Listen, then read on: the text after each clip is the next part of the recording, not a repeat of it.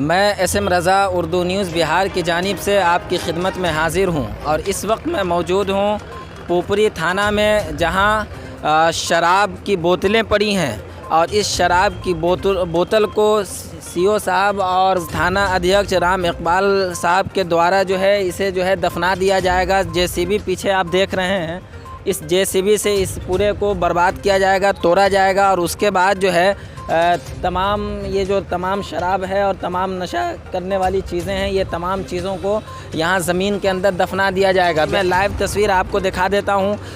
पुपरी से जो पुपरी थाना अध्यक्ष सर वहाँ बैठे हुए हैं, उनसे भी हम बात करेंगे और साथ में सीओ सर हैं, उनसे भी हम बात करने की कोशिश करेंगे और जानने की कोशिश करेंगे और क्या मैसेज देना चाहते हैं वो यहाँ की जनता को, यहाँ के आवाम को, ये भी जानने की कोशिश करेंगे। इस प्रशासन के द्वारा ये मुहिम चलाई जा रही है और ज़िला प्रशासन के द्वारा भी और बिहार सरकार के द्वारा भी कि नशा मुक्त समाज बनाएं। इसी के तहत ये शराब को यहाँ दफन किया जा रहा है। लाखों का शराब है और इससे ये मैसेज दिया जा रहा है कि आप नशा मुक्त समाज बनाएं, नशा से परहेज़ करें।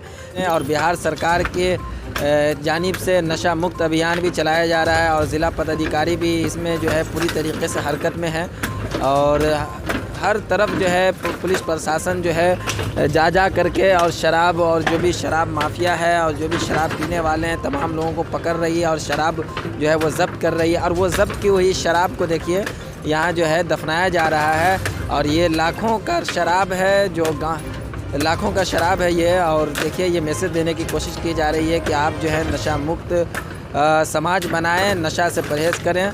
और ये पुपरी से आपको तस्वीर ये दिखाई जा रही है, जो सीओ साहब है उनसे भी हम बात करने की कोशिश करेंगे। पुपरी थाना द्वारा विभिन्न कांडों में जब्त कुल 1778.235 लीटर विदेशी शराब एवं 250.600 लीटर देसी शराब न्यायालय के आदेश से विनष्ट किया गया।